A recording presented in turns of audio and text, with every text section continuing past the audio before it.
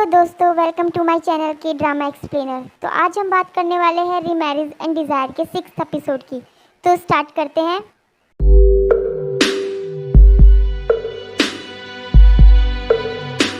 को दिखाया जाता है जो हेसुंग की शिकायत लेकर यूसुन के पास पहुंचती है। वो कहती है कि मैंने ह्योंगजू को इतना भड़काया लेकिन उसने हेसुंग को ट्यूशन से नहीं हटाया।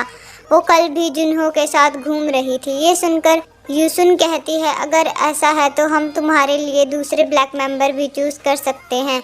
जिन्यू कहती है कि नहीं, मुझे वही चाहिए, मैं उसी से शादी करूंगी। इधर हेसुंग को अपनी कार बेचनी पड़ती है ताकि वो कोई छोटा सा घर ले सके। फिर पिछली रात का फ्लैशबैक शुरू हो जाता है। ह्योंगजू और जिन्यू को साथ देखने के बाद हेसुंग वहां से चली जाती है। जिन्यू भी उनके पीछे आती है और उसे धमकी देते हुए कहती है तुम्हारी यहाँ आने की हिम्मत कैसे हुई। हेसुंग कहती है तुम मुझे कब तक डराती रहोगी, एक बार मैं तुम्हारी सच्चाई बता दूं तो तुम्हारा सपना टूट जाएगा। तुम्हारे लिए यही अच्छा होगा कि मुझे बार बार धमकी ना दो।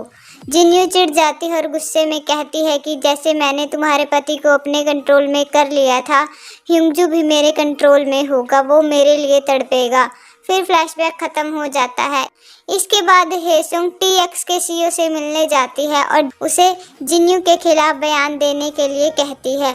CEO कहता है कि मैं अपना बयान नहीं बदलने वाला, मेरी थोड़ी सी सजा ही बाकी है। अगर मैंने अपना बयान बदला तो मुझे फिर से जेल में ही रहना होगा। वहां से मायूस होकर हेसुंग अपने घर पहुंचती है और पैकिंग करना शुरू करती है। तभी वहां जिन्यू आ जाती है और कहती है कि अगर तुम मेरा पीछा छोड़ दो तो मैं ये घर बचा सकती हूँ। हेसुंग उसकी बात मानने से इनकार कर देती है और उसे बेइज्जत करके वहां से निकाल देती है। तभी वहां चासुक-जुन आता है। नीलामी में वो उस घर को खरीद लेता है और हेसुंग को उसके कागज दे देता है। हेसुंग उसका थैंक यू करती है और धीरे धीरे उसके पैसे लौटाने का प्रॉमिस करती है। अगले दिन जिन्यू को ये बात पता चलती है तो वो चिढ़ जाती है। इसके बाद वो ह्योंगजू के दोस्त के साथ ही बुल के ऑफिस पहुंचती है। ह्योंगजू उसे वहां देखकर चौंक जाता है तो उसका दोस्त उसे बताता है कि जिन्यू अब हमारे ऑफिस में काम करती है और उसने तुम्हारी लैंस वाली डील में कुछ अच्छे पॉइंट्स ढूंढे हैं जो हमने इग्नोर कर दिए थे। एक मीटिंग के लिए उसका दोस्त वहां से चला जाता है। ह्योंगजू उन पॉइंट्स को चेक करता है और जिन्यू का थैंक यू करता है। जिन्यू हंसते हुए कहती है कि ये फ्री नहीं है बल्कि आपको मुझे खाना खिलाना होगा। ह्योंगजू उसे खाना खिलाने ले जाता है। वहां जिन्यू कहती है मैं हेसुंग को आपके घर देखकर चौंक गई थी। ह्योंगजू कहता है कि वो अफवाहें हैं जो आपने सुनी थी, वो बस अफवाहें थी। हेसुंग बहुत अच्छी इंसान है। हेसुंग की तारीफ सुनकर जिन्यू पूछती है कि क्या आप उसे पसंद करने लगे हो तो ह्योंगजू मना कर देता है। वो पूछता है कि आप मुझसे ऐसा सवाल क्यों पूछ रही हो तो जिन्यू कहती है क्योंकि मैं आपसे शादी करना चाहती हूँ। आपका जब भी शादी करने का मन हो मैं चाहती हूँ आप मुझसे शादी करें। ह्योंगजू उसकी बात चुपचाप सुनता रहता है लेकिन कोई जवाब नहीं देता। तभी उसके पास उस स्पेशल लेक्चर के लिए कॉल आती है जो बड़े बड़े लोगों के लिए होता है।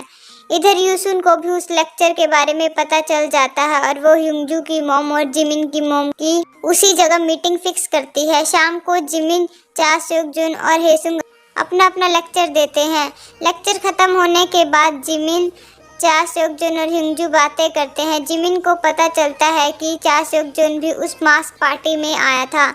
जिमिन वहाँ चासुक-जुन और हेसुंग की पास्ट लाइफ की बात करती है जिसमें वो दोनों रिलेशन में थे।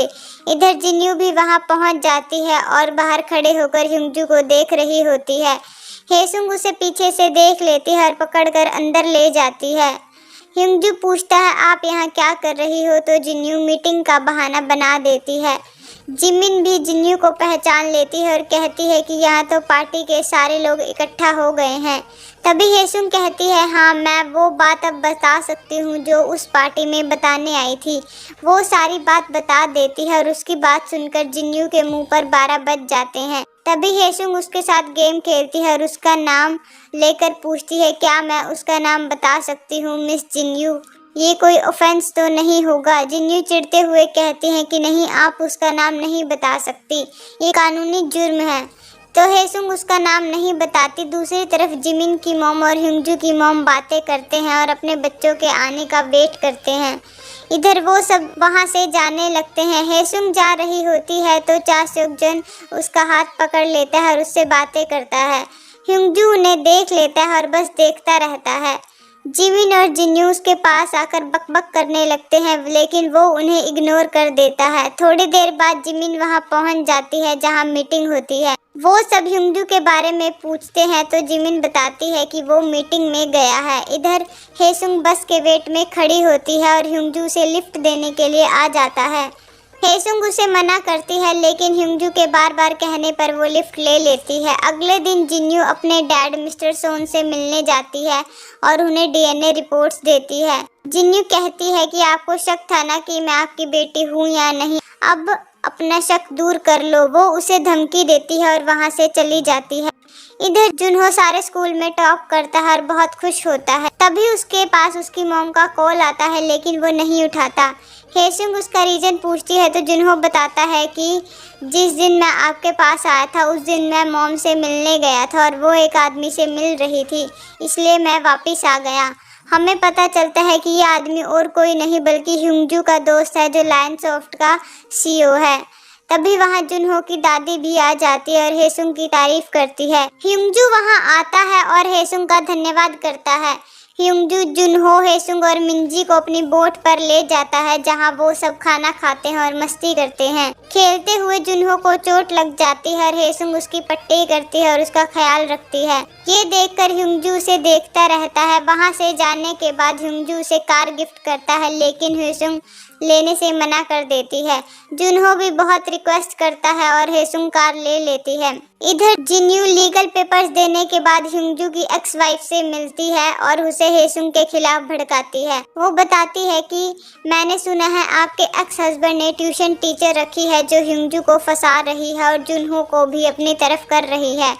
ये सुनकर उसकी एक्स वाइफ को गुस्सा आ जाता है। इधर यूसुन, चा सुक जुन और हेसुंग की डेट रख देती है और उन्हें धोखे से बुला लेती है। वो बातें कर रहे होते हैं तभी वहाँ जिमिन और ह्यूंगजू भी पहुँचते हैं। ह्यूंगजू उन्हें साथ में देखता है और थोड़ा दुखी हो जाता है।